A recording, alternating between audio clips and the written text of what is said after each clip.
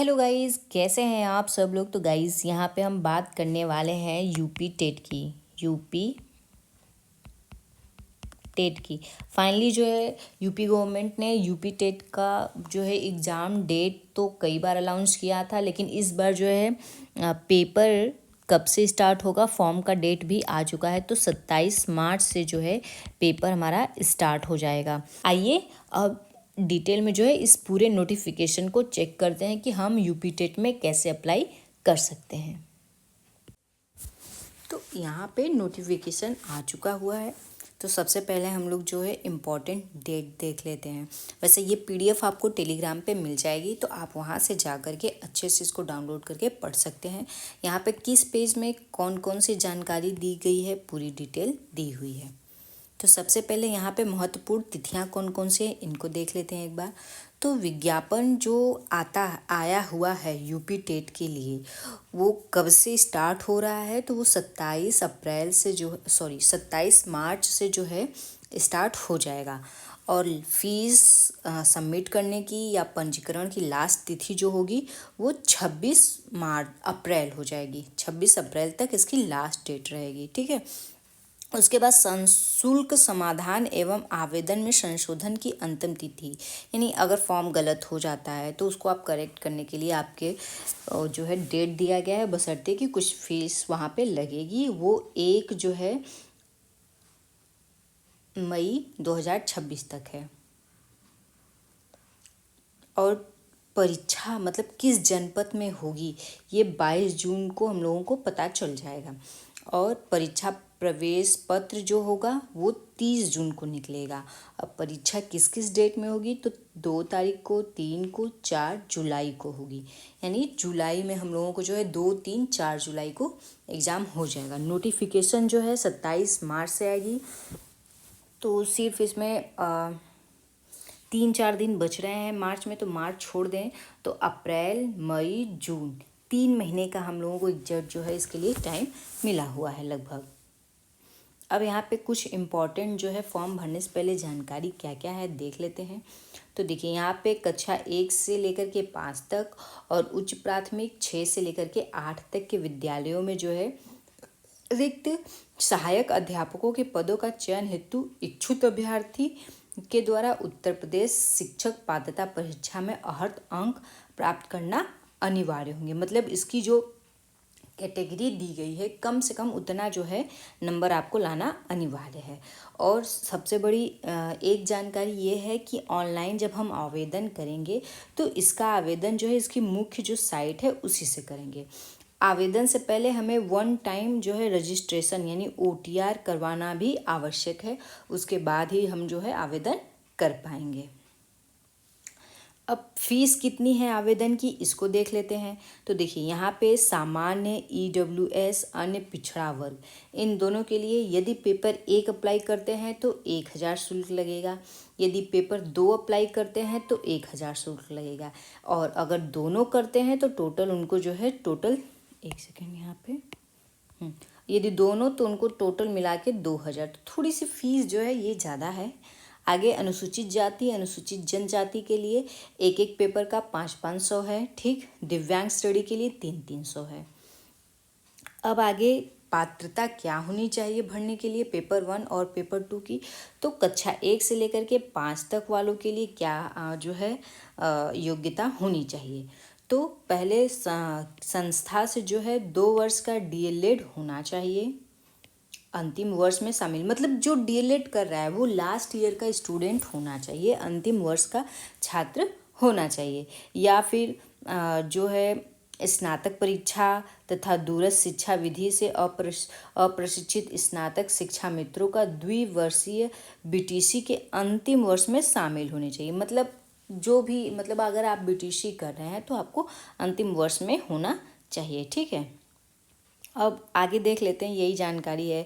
यहाँ पे 50% अंकों के साथ इंटरमीडिएट अथवा इसके समकक्ष होना चाहिए तथा 4 वर्षीय प्रारंभिक शिक्षा स्नातक में BLED के अंतिम वर्ष में शामिल होने वाले अथवा उत्तीर्ण होने वाले ही इसको अप्लाई करेंगे। अब आगे है 6 से लेकर के 8 तक के लिए। क्या क्या अर्हता होनी चाहिए। तो इसमें जो है स्नातक परीक्षा उत्तीर्ण तथा राष्ट्रीय अध्यापक शिक्षा परिषद से मान्यता के उपरांत उत्तर प्रदेश सरकार से संबद्धता प्राप्त संस्था से 2 वर्षीय डीएलएड बीटीसी के अंतिम वर्ष में शामिल होने अथवा उत्तीर्ण होने। मतलब कि पेपर 2 जो है ये बीटीसी वाले भी अप्लाई कर सकते हैं। आगे है आप जो है न्यूनतम 50% आपका होना चाहिए स्नातक में या फिर पराई स्नातक में, ठीक है, 50% होना चाहिए। और आपने जो है स्नातक बीएड किया हो, मतलब ये वाला जो है बीएड वाले अभ्यर्थी भी भर सकते हैं। हालांकि पेपर 1 में जो है पेपर 1 में 1 से लेकर के 5 तक जो है इसमें कहीं भी बीएड वालों को अलाउड नहीं है, कहीं भी जानकारी नहीं दी गई है। लेकिन यहाँ पे जो है बीटीसी वालों के लिए अलाउड है और बीएड वालों के लिए तो है ही, ठीक है। आगे एक थोड़ी सी कन्फ्यूजन जो है इस पॉइंट से हो रहा है, यहाँ पे दिया गया एनसीईटी के मान्यता प्राप्त संस्थानों से शिक्षा स्नातक की उपाधि बीएड प्राप्त करने वाले अभ्यर्थी को प्राथमिक विद्यालयों कक्षा 1 से 5 में नियुक्ति हेतु विचार किए जाने पर प्राथमिक शिक्षक के रूप में नियुक्त होने के 2 वर्ष के भीतर एनसीटीई के द्वारा मान्यता प्राप्त प्राथमिक शिक्षा में 6 माह का स्नातक सेतु पाठ्यक्रम ब्रिज कोर्स आवश्यक रूप से पूरा करना होगा। तो इससे मतलब इस पॉइंट को पढ़ के ये लग रहा है कि जो बीटीसी किए हैं वो तो पेपर 1 भरेंगे, यानी 1 से लेकर के 5 तक के लिए अप्लाई करेंगे। लेकिन जिन्होंने बीएड किया हुआ है वो भी 1 से लेकर के 5 तक अप्लाई कर सकते हैं। ऐसा क्यों? क्योंकि अगर आप इसको अप्लाई कर देते हैं और फ्यूचर में जब सुपर टेट होगा आप वहाँ पे भी जो है क्वालिफाई हो जाते हैं, तो यहाँ पे दिया गया है कि नियुक्ति हेतु कक्षा 1 से 5 तक के नियुक्ति हेतु विचार किए जाने पर प्राथमिक शिक्षक के रूप में नियुक्त होने के 2 वर्ष के भीतर, मतलब कि जो बीएड वाले हैं वो प्राथमिक शिक्षक के रूप में जब नियुक्त होंगे तो 2 वर्ष के भीतर उनको कोई एक 6 माह का जो है ब्रिज कोर्स करना होगा। तो यानी इस पॉइंट को पढ़ के लग रहा है कि पेपर 1 जो है वो बीएड वाले भी भर सकते हैं। अब तो ये लिंक एक्टिव होने के बाद ही पता चलेगा कि पेपर 1 भर सकते हैं या नहीं भर सकते हैं। और अगर अप्लाई कर सकते हैं तो मेरे हिसाब से तो अप्लाई कर देना चाहिए, क्योंकि फ्यूचर में क्या होगा पता नहीं। कम से कम आपके पास पात्रता परीक्षा तो रहेगी। अगर सुपर टेट में अलाउड होगा तो अप्लाई कर सकते हैं, अन्यथा कोई दिक्कत नहीं होगी। अब यहाँ पे हम लोग बात कर लेते हैं पेपर के पैटर्न की। पेपर में किन किन विषयों से कितने कितने प्रश्न आने वाले हैं। तो यहाँ पे देखिए, सबसे पहले 5 विषय टोटल होंगे। बाल विकास एवं शिक्षण विधि होगी, भाषा मतलब 2 लैंग्वेज होगा, एक हिंदी कंपलसरी है, उसके बाद कोई एक दूसरी लैंग्वेज आप ले सकते हैं, गणित और पर्यावरण होंगे।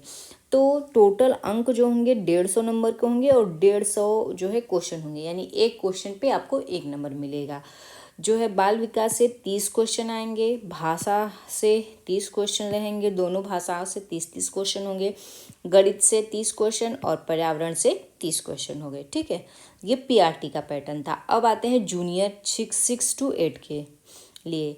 यहाँ पे भी जो है यहाँ पे 4 सब्जेक्ट होंगे, क्योंकि मेन सब्जेक्ट जो हमारा जो मेन हमारा रहेगा सब्जेक्ट उससे यहाँ पे क्वेश्चन बनेंगे।